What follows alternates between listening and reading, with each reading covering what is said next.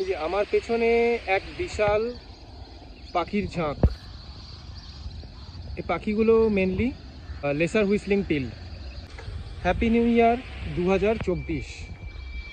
এই বছর আপনাদেরকে এমন কিছু জায়গায় নিয়ে যাব যেখানে আমরা খুঁজে দেখব অনেক নতুন নতুন পাখি এবং জীবজন্তু।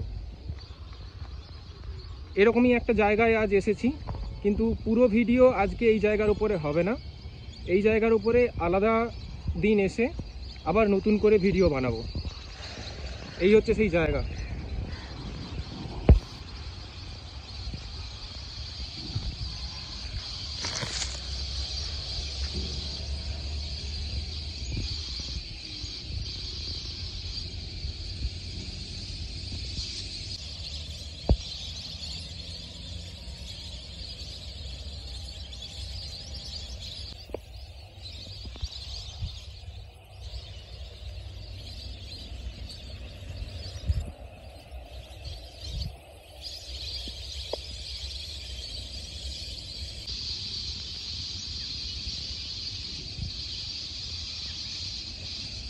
আর পেছনে দেখা যাচ্ছে হলদিয়া পোর্ট।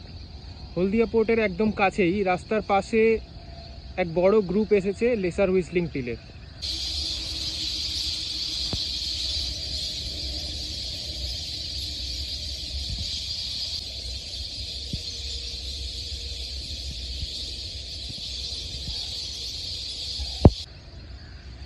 মোবাইলে এই পাখিদের এত দূর থেকে ক্যাপচার করা সম্ভব নয়, শুধু আকাশে উড়ছে বলে বোঝা যাচ্ছে। এদেরকেই তোলার জন্য একটা নতুন ইকুইপমেন্ট আনিয়েছি এবং 2024-এ একটা নতুন সিরিজ শুরু করতে যাচ্ছি, যার নাম আমাদের আশেপাশের পাখি।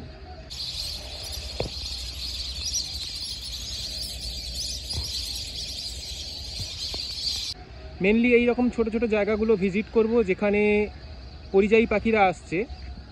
এছাড়াও যে পাখিগুলো আমাদের এখানে সবসময় থাকে তাদেরও ফোকাস করব।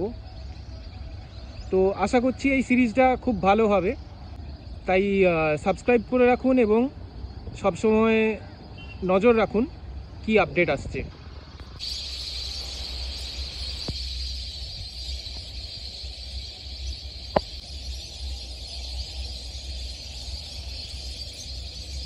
জায়গাটার একদিকে হলদিয়া পোর্ট আর একদিকে হাইওয়ে এবং পাশ দিয়ে গেছে রেল লাইন। তো ট্রেনের আওয়াজে, গাড়ির আওয়াজে সবসময় ডিস্টার্ব হচ্ছে, পাশে জাহাজের আওয়াজ, পোর্টের কর্মব্যস্ততা। তারপরেও এরকম জায়গাতে এত পাখির ঝাঁক খুবই অস্বাভাবিক।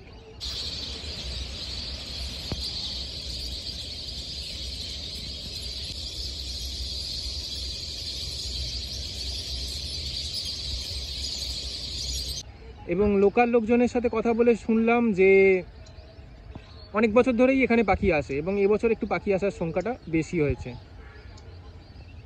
একটা জিনিস খুব দুঃখের বিষয়, হলদিয়া পোর্ট যত সাইজে বড় হবে এই পার্টিকুলার লোকেশনটা চলে যাবে, কারণ দুদিক থেকেই হলদিয়া পোর্ট এই জলাটা জমি ভরিয়ে ভরিয়ে ধীরে ধীরে ছোট করে দিচ্ছে সাইজে।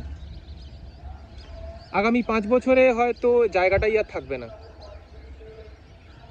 তবে আমাদের নিজেদের স্বার্থেই খুবই প্রয়োজন এই ধরনের জায়গাগুলোকে বাঁচিয়ে রাখার।